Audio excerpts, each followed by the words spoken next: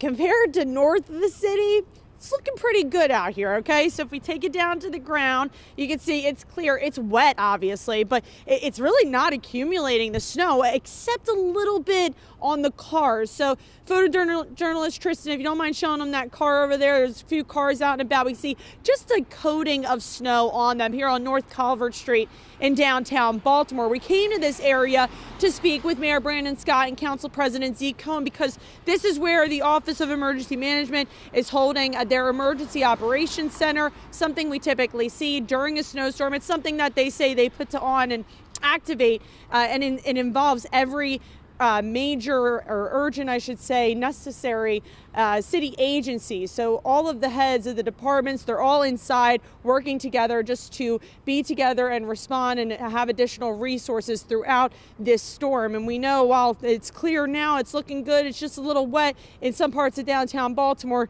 the night is still young. Listen, we're now going to get into the nighttime. We know that road temperatures were warm for a few days, so now as the nighttime falls and it gets deeper, we could see heavier snow. But we hope that it doesn't happen, but we're prepared if it does.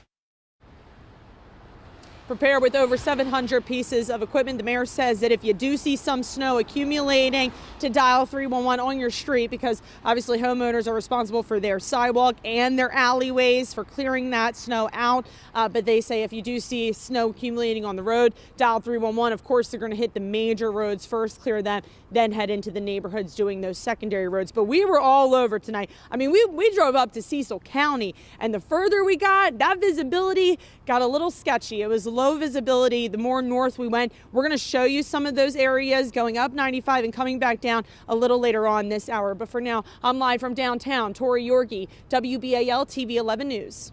All right, Tori Yorgi out and about. And of course, as the snow continues to fall, you can track winter weather and look at radar everywhere you go in the WBAL TV 11 News app.